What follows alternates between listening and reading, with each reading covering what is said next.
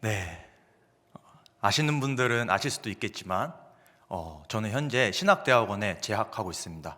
지금은 방학이어서 이렇게 수요 예배에 참석할 수 있는데, 이제 평소 같았으면은 학기 중에는 거기 기숙사 생활을 하면서 이제 양지 캠퍼스에서 생활을 합니다. 신학대학원에서는 이제 매일 새벽 기도와 주간 채플 그리고 수요 예배 이렇게 드리는데, 그 예배 자리에 설교는 보통 이제 학교 교수님이나 아니면은 청빙을 받은 어떤 목사님들이 오셔서 이제 설교를 하십니다. 어느 날 초빙을 받아서 처음으로 오신 목사님께서 첫 설교를 하시는데, 설교 시작 전에 이렇게 말씀을 하시더라고요.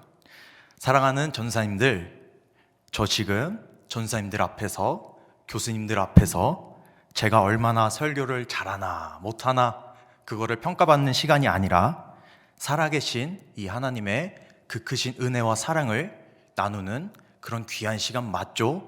라는 말씀을 하시면서 설교를 시작하셨습니다.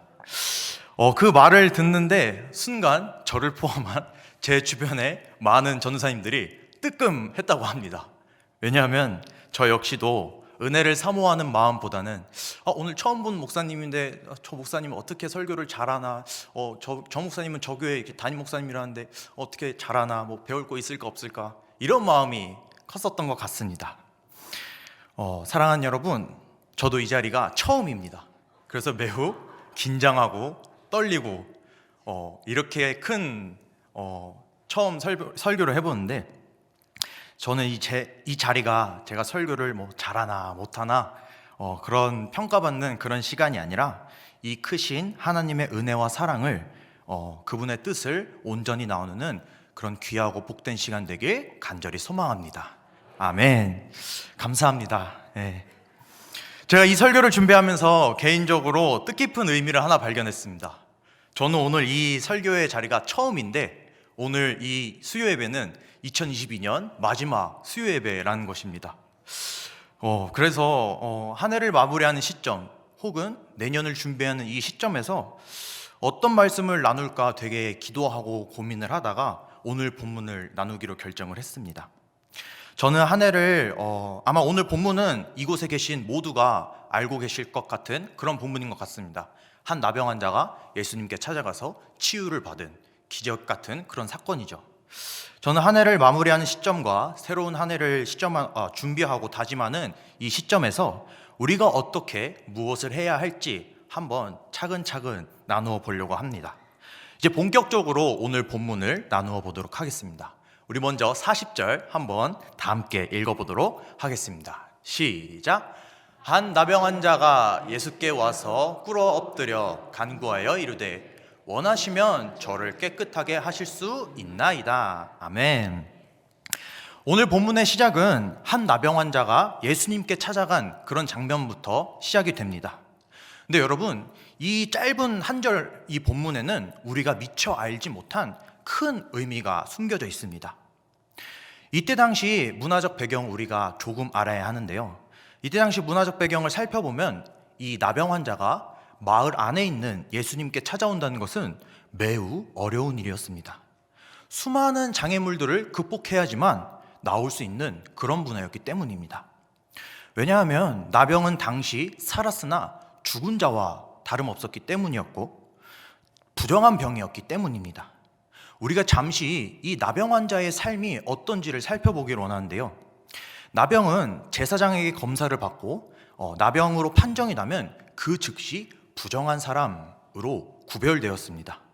그래서 자신이 살던 모든 공동체를 떠나 외딴 곳에서 홀로 지내거나 아니면 나병 환자들끼리만 모여서 사는 그곳에서만 살았어야 했습니다.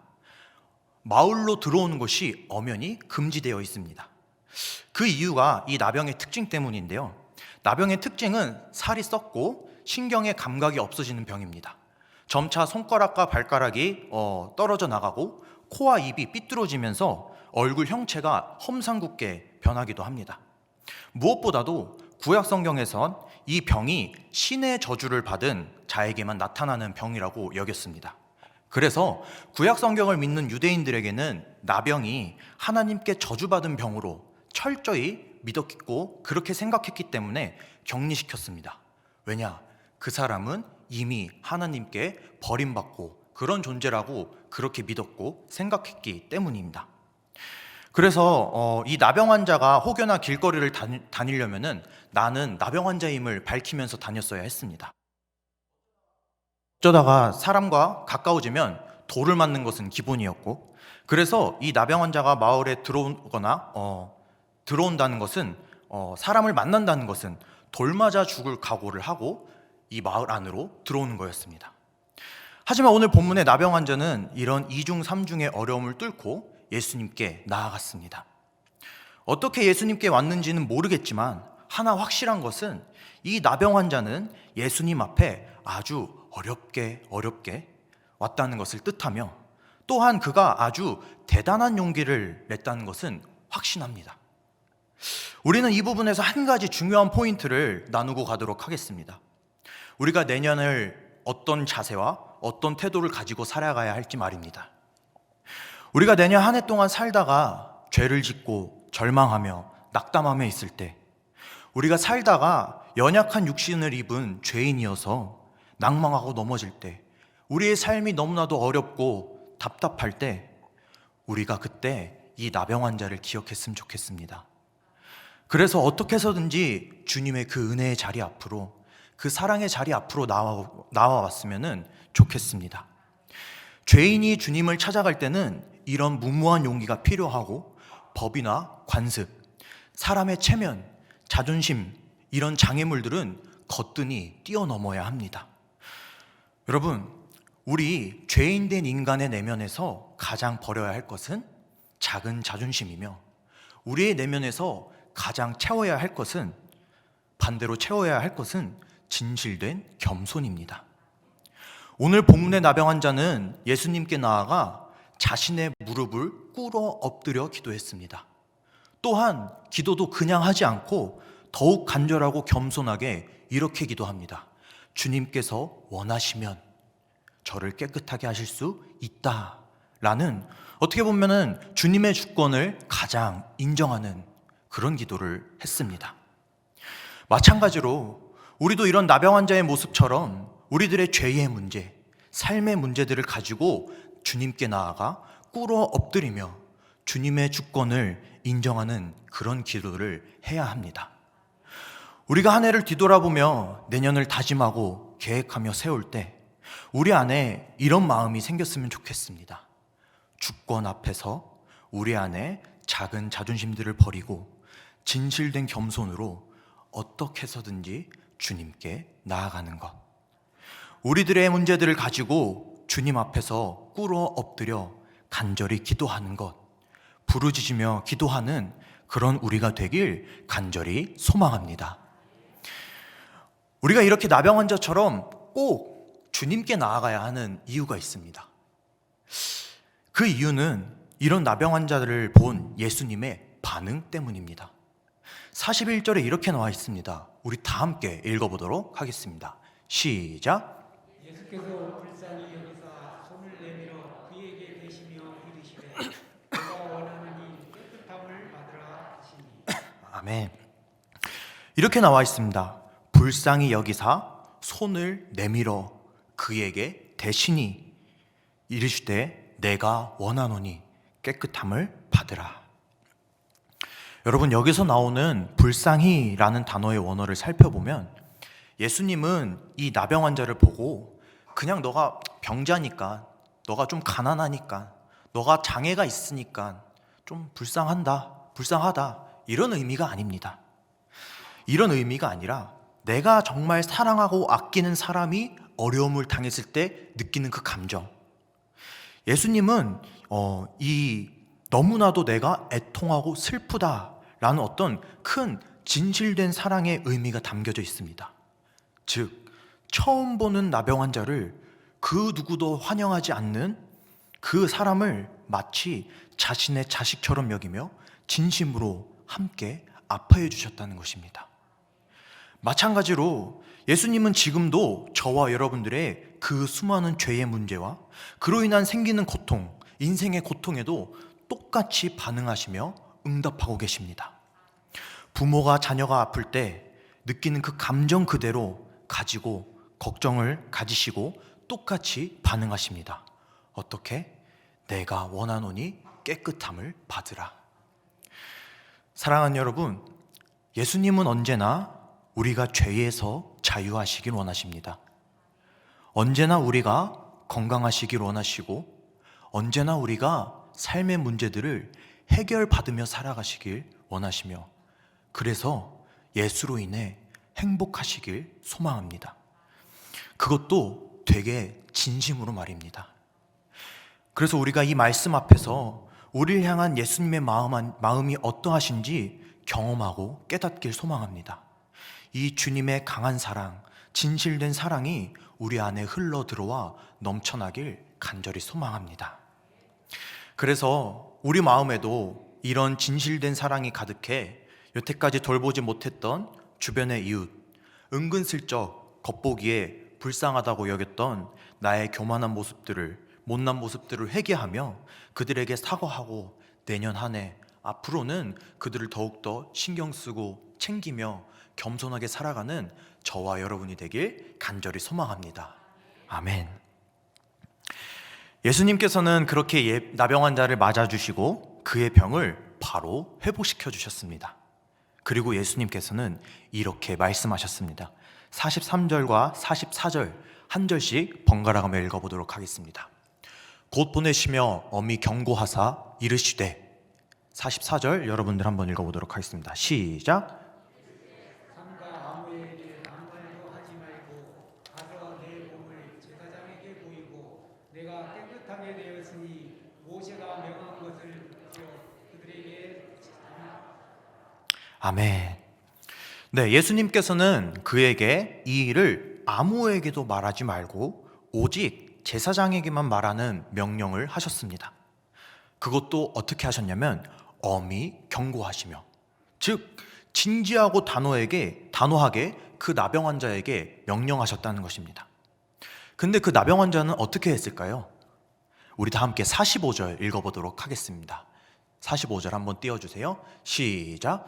그러나 그 사람이 나가서 이 일을 많이 전파하여 널리 퍼지게 하니, 그러므로 예수께서 다시는 드러나게 동네에 들어가지 못하시고 오직 바깥 한적한 곳에 계셨으나 사방에서 사람들이 그에게로 나아오더라. 아멘.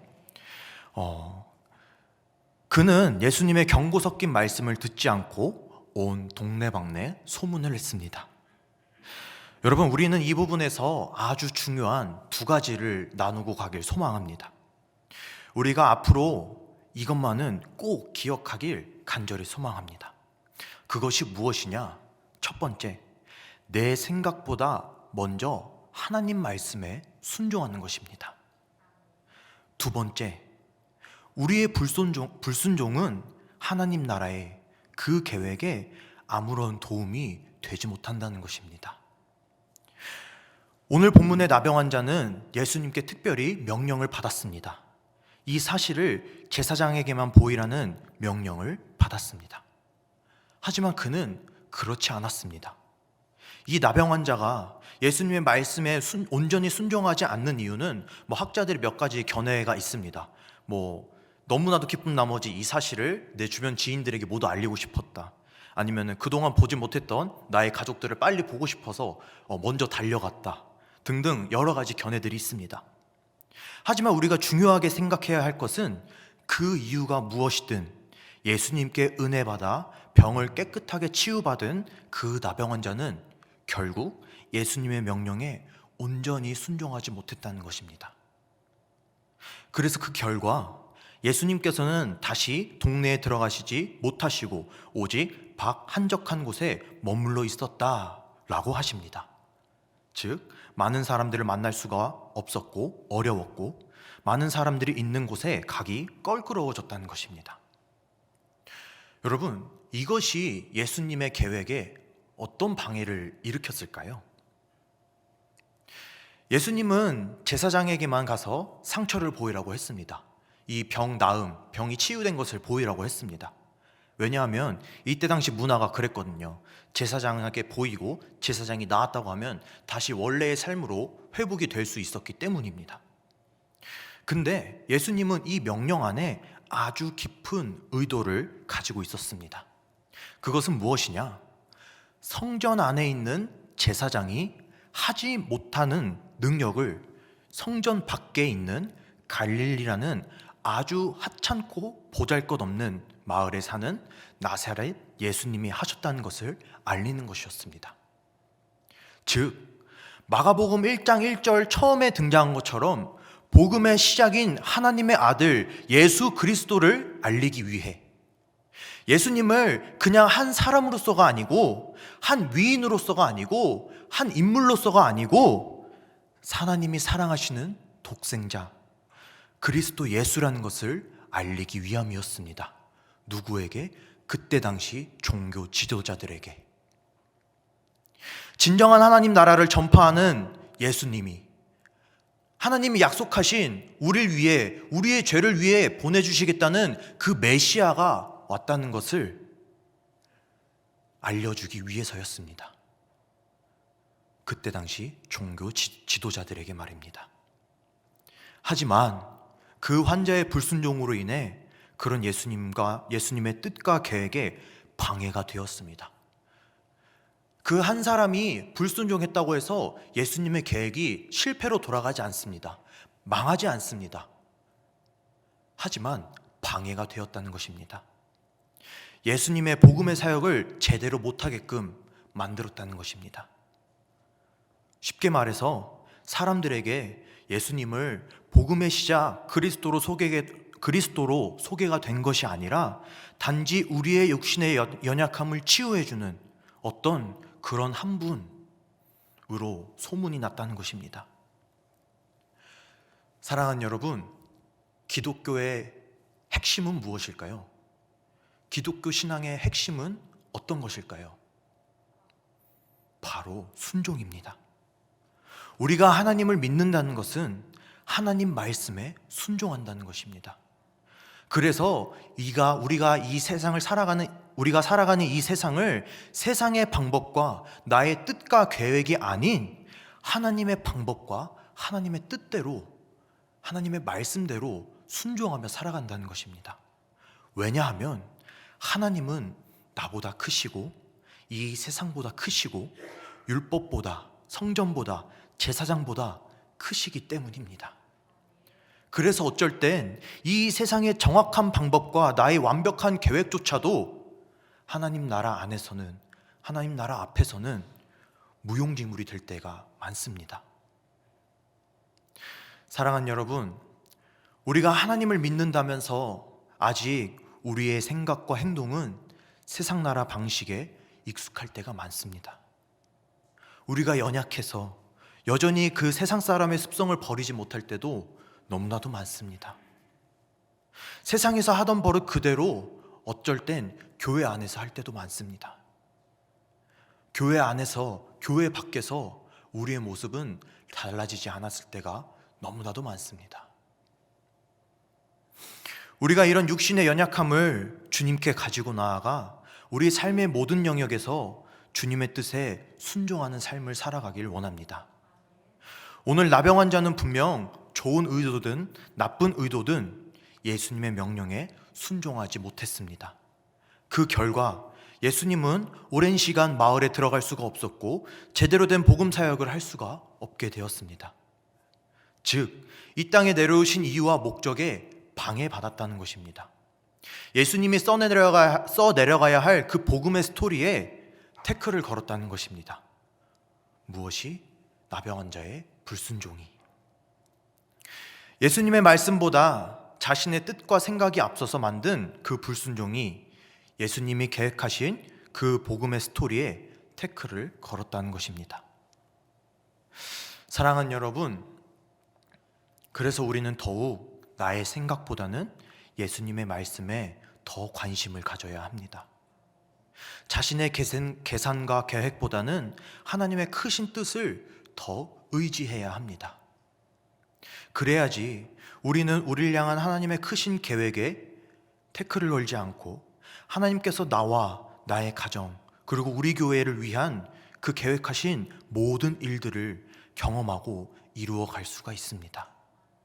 비록 나의 좋은 목적과 선한 뜻일지라도 죄인인 사람의 생각은 하나님 나라와 계획에 방해가 될 때가 있습니다. 인간의 많은 경험과 지식도 자랑하지 말고 오직 하나님의 말씀을 듣고 순종하는 저와 여러분들이 되길 간절히 소망합니다. 그래서 우리는 우리의 생각 대신 하나님의 생각으로 살기 위해 그분의 뜻이신 성경을 읽어야 하고, 우리의 마음과 우리의 힘과 우리의 능력이 아닌 하나님의 마음과 하나님의 힘과 하나님의 능력을 구하는 기도를 하며 살아가야 합니다. 우리가 교회 밖 세상을 살아갈 때, 혹은 교회 안에서 어떤 봉사를 하고 신앙생활을 할 때 이것이 하나님의 뜻인지 아닌지를 먼저 물어보고 살아가야 합니다.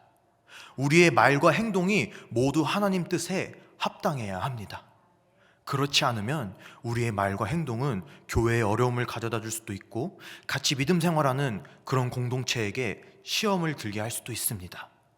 무엇보다도 나의 삶과 인생에서 하나님의 위대하고 놀라우신 뜻이 쉽게 이루어지지 않을 수도 있습니다.